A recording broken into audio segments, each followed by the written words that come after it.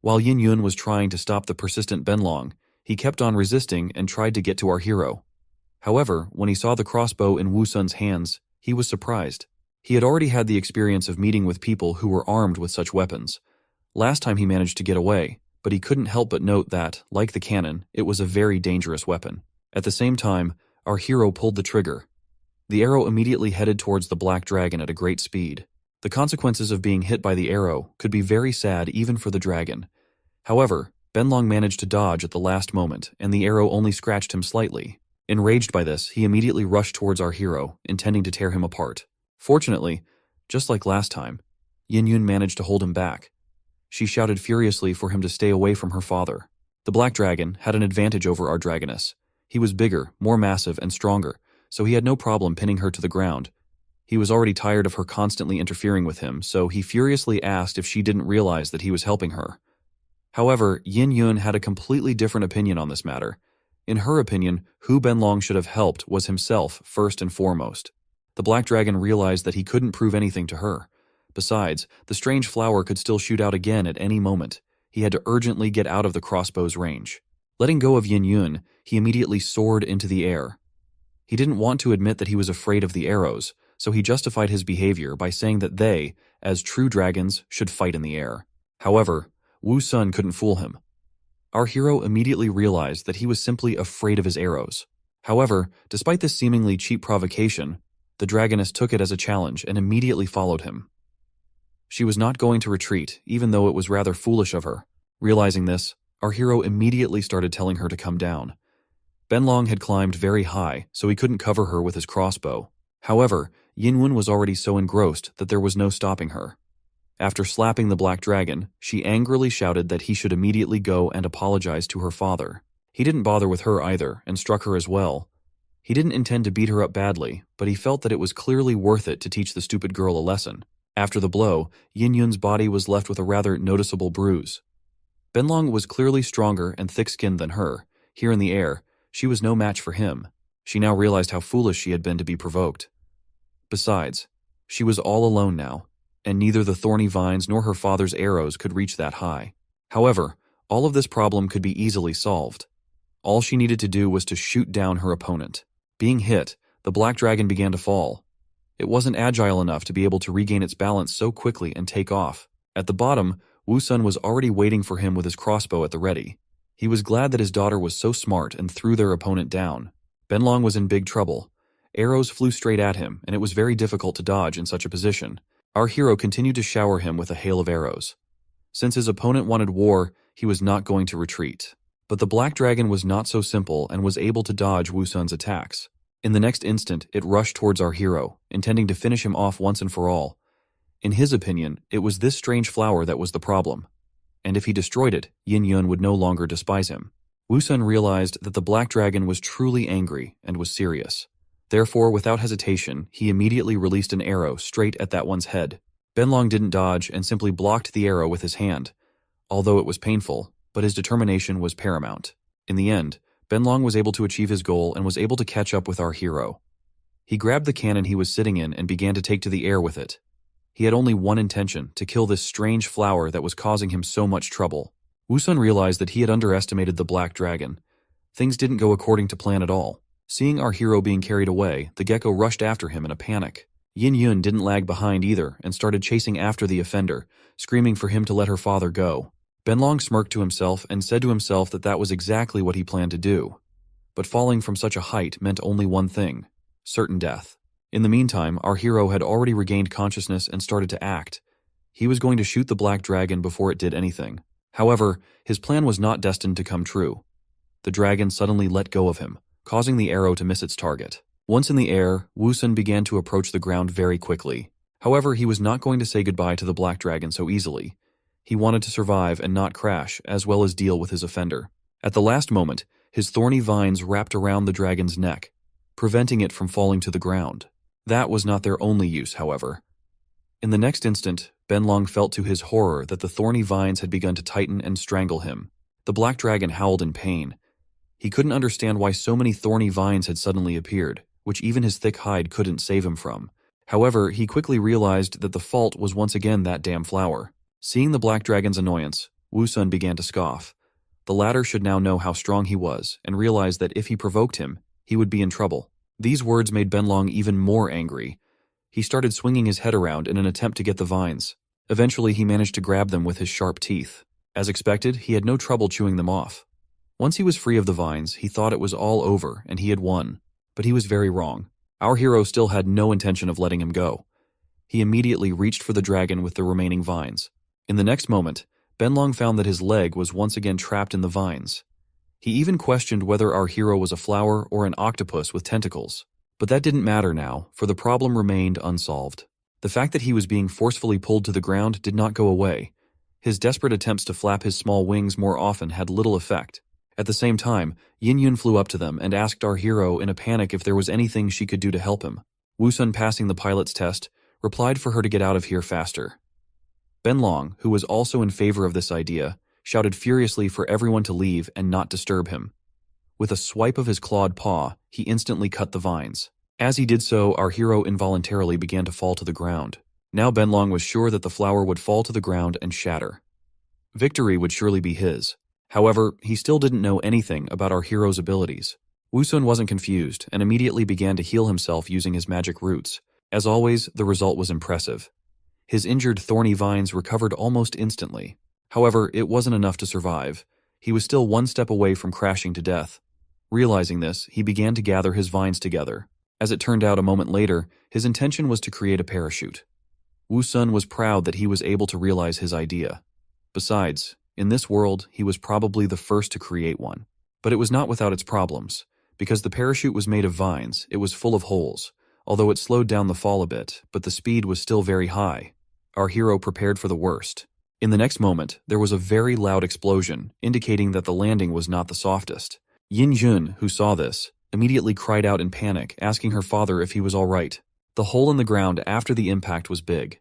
Although I would say it was very big. It felt like a meteorite had fallen there, not a flower in a cannon. However, despite all this, our hero was alive. This was the main thing, as any damage he could easily repair. Still, choosing the muzzle of the cannon as a cannon was the right decision. Even after falling from such a height, it was still intact. Seeing that her father was alive, the Draconess turned her attention to the culprit. Already in the next instant, something terrible appeared behind Benlong. Moreover, with a very strong desire to finish him off. Without delay, Yin Yun clawed at the nasty dragon's neck, screaming that it was revenge for her father. Unable to stay in the air any longer, they began to fall to the ground. However, only Benlong made a hard landing. Yin Yun literally threw him to the ground. It had been a long time since the black dragon had felt so bad. He was battered and crushed, and his bones felt as if they had been broken. However, things got even worse when a sword appeared in front of his face. Benlong howled in terror. He angrily shouted at our hero that he had no fighting ethics at all. However, what ethics could there be when talking about a flower fighting a dragon? Wu Sun didn't let the black dragon speak and gave it a small blow with his sword. It cried out painfully and fell silent. Putting the sword to the dragon's neck, Wu Sun coldly asked it if it really wanted to die. He wasn't going to be ceremonious with it after all, it had already caused them a lot of trouble. Benlong, on the other hand, had a look of horror on his face. He still couldn't believe he was just a flower. The cannons, the crossbow, the tentacles, the swords, it just didn't make sense. But it wasn't just the terrifying flower that posed a danger to him. Yin Yun was still very angry at him. Moreover, she was still planning to kill him. Benlong had long felt that he shouldn't have messed with these two. But at this moment, he regretted not running away when he had the chance. Now he was caught. There was no way out, with a terrifying armed flower on one side and an enraged dragon on the other. There was only one way out of this situation. I surrender. I am against violence. I'm for world peace. Let's say no to bloodshed. Even majestic and proud dragons sometimes had to admit defeat. His life was at stake, so Benlong decided he had to survive at all costs. Moments before the inevitable, our hero's sword stopped at the head of the frightened black dragon. Wu Sun was very angry. He told Benlong in a furious voice that he was the one who started the fight and was now asking for a truce. It was obvious to the black dragon that these two were still very angry with him. However, despite that, he was still alive. And that meant that he still had a chance. Smiling kindly, Benlong said that he had just decided to test their strength out of curiosity, and he actually had no intention of killing them. He also promised that he would give them food and water, and let them stay in this oasis for as long as they wanted. Hearing this, Wu Sun said that the one must have been talking about himself. There was indeed a lot of meat in it, and it would definitely make a great barbecue. Benlong immediately said in a panic that his skin was very thick and rough, and his meat was also unpalatable. Our hero said with a devilish smile on his face that it had yet to be tested. Benlong, who had had enough of these threats and insults, said irritably that there was no point in killing him, because they already had enough food. Seeing him angry, Wu Sun smilingly told him to relax as he just wanted to scare him. But afterwards, he added that he wouldn't get off that easy either. He had attacked them first, so now he would have to pay them compensation. Hearing this, the black dragon fell silent and looked away. It was as if he was pondering whether he should speak or not. Finally making up his mind, Benlong tearfully pointed to the bushes. He said that his backpack was there, containing many good things. If they found what they needed, they could take it as compensation. Our heroes were surprised at the dragon's cooperative nature. It didn't take much time to find the backpack. Even by Yin Yun's estimation, it was quite heavy. Wu Sun disdainfully asked why he was carrying such a huge and heavy backpack. After all, it was probably not easy for him to fly with it. The black dragon sincerely admitted that he didn't want to fly with something so heavy. However, there was no way he could not worry about his treasure while he was traveling. As the saying goes, don't put your eggs in one basket. That's why he decided to divide the treasure and took some of it with him. And even if someone steals it from him at home, he'll still have something left. Remembering a situation that had already happened to him in his past life, our hero noted that Benlong resembled his mother. At the same time, Yin Yun got tired of waiting. Without thinking for long, she turned the backpack upside down and poured all the contents onto the floor. Seeing this, the black dragon immediately panicked and shouted at her to be careful, as the treasures were everything to him. Everyone was surprised to see so many shiny gems. However, Wu Sun was the only one who truly understood their value. He recognized that the black dragon was indeed rich. Hearing the praise, Benlong proudly replied that this was only a tenth of all his treasures. Gold and jewelry was indeed a good thing, but our hero wondered why he needed all of them if they couldn't be eaten or dusted anyway, or even exchanged for money. In other words, it was just a bunch of shiny rocks. Hearing this, Benlong immediately became furious. Even though they weren't useful to him, he still considered them a treasure. He diligently saved and collected them, carefully wiped and played with them every day. That was why he couldn't let anyone disrespect them like that. While the black dragon was freaking out, Yin Yun noticed a scroll in the middle of the pile of gold that was clearly out of place. After seeing its contents, our hero concluded that it was a map. He also noted that it was rather primitively and ugly drawn. Upon hearing this, Benlong said that it was copied from one of his father's collections. Our hero asked if he had just taken this drawing and traveled with it.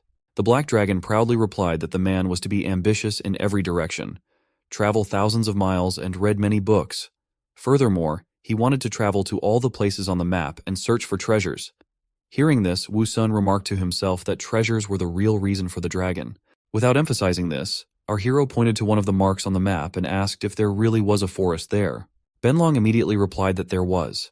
It was called Taiku, and it was rich and extensive. According to the legends, it was considered to be the garden of the god himself.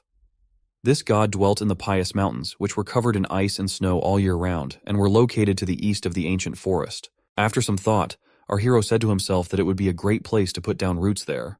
He still had many questions for the black dragon. The first was why the desert was shown as barren on the map, and why it was called the Wasteland of Oblivion. Benlong didn't have much knowledge about it, but he had heard that despite the barren land, there used to be large and bustling cities here. The dragon's words confirmed Wu Sun's guesses and observations.